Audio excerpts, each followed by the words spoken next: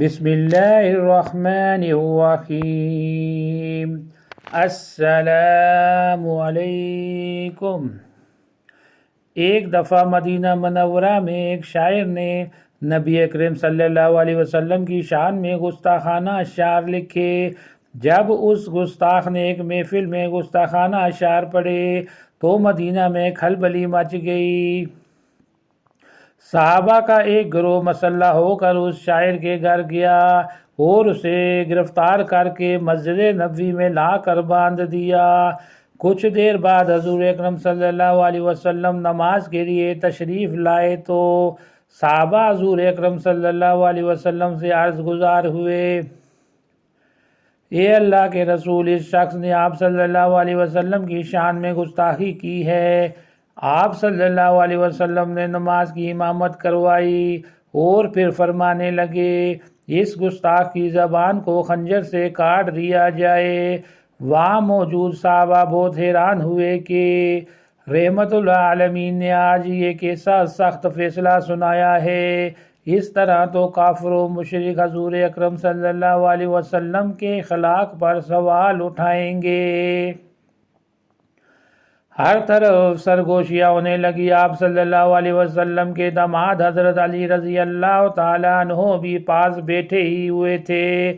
حضور اکرم صلی اللہ علیہ وسلم حضرت علی رضی اللہ تعالیٰ عنہ سے فرمانے لگے، اے علی، اس شخص کو لے جاؤ اور تم اس کی زبان کاٹ دو۔ حضرت علی رضی اللہ تعالیٰ عنہ نے اپنے غلام کو حکم دیا کہ اونٹ تیار کرو۔ اس اونٹ پر بندھے ہوئے ہاتھوں کے ساتھ شاعر کو بٹھایا اور اسے دور لے گئے۔ حضرت علی رضی اللہ تعالیٰ عنہ نے کچھ دور لے جا کر اس شاعر کے ہاتھ کھولے اور اسے 500 درم دے کر کہا، جاؤ تم آزاد ہو۔ وہ گستاخ شاعر حضرت علی رضی اللہ تعالیٰ عنہ کی طرف حیرانی سے دیکھنے لگا اور کہنے لگا کہ آپ کو تو آپ کے نبی نے کچھ اور حکم دیا تھا۔ حضرت علی رضی اللہ تعالیٰ عنہ فرمانے لگے، مجھے خیر الانبیاء نے جو حکم دیا تھا میں عین اسی پر عمل کر رہا ہوں۔ وہ شاعر بہت متاثر ہوا کہ یہ کیسا حکمت سے بڑا فیصلہ تھا مسلمانوں کے نبی کا۔ کچھ لوگوں نے جب دور سے دیکھا کہ حضرت علی رضی اللہ تعالیٰ عنہ نے شاعر کو اس کی زبان کاٹے بغیر ہی آزاد کر دیا ہے تو آپس میں باتیں کرنے لگے کہ حضرت علی رضی اللہ تعالیٰ عنہ نے رسول اکرم صلی اللہ علیہ وسلم کے حکم کے خلاف کام کر دیا ہے۔ وہ سب لوگ نبی کریم صلی اللہ علیہ وسلم کے پاس شکایت لے کر پہنچ گئے، اے محمد صلی اللہ علیہ وسلم، حضرت علی رضی اللہ تعالیٰ عنہ نے تو اس گستاخ کرنے والے شاعر کو 500 درم دے کر آزاد کر دیا ہے۔ جب حضور اکرم صلی اللہ علیہ وسلم نے ان سب لوگوں کی زبان پر شکایت کے الفاظ سنے تو فرمانے لگے کہ تم میری بات کو نہیں سمجھ سکے۔ حضرت علی رضی اللہ تعالیٰ عنہ میری بات کو سمجھ گئے تھے۔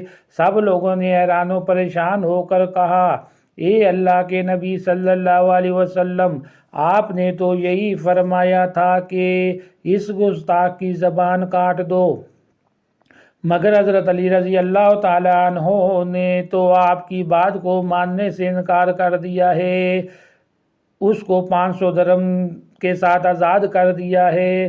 سب لوگ سارا دن اس بات پر حیران ہوتے رہے۔ رات ہوئی تو وہ سب سو گئے۔ صبح جب فجر کی نماز کا وقت ہوا، جب مسلمان فجر کی نماز ادا کرنے کے لیے مسجد میں داخل ہوئے تو اس گستاخ کو دیکھ کر حیران ہو گئے کہ اس نے اسلام قبول کر لیا اور مسلمان ہو گیا۔ وہ نماز فجر ادا کرنے کے لیے وضو کر رہا ہے۔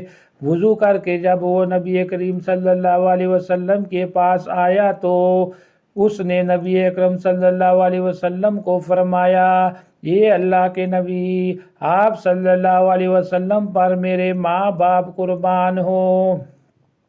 میں آپ صلی اللہ علیہ وسلم کی بارگاہ میں ایک نعت لکھ کر لایا ہوں۔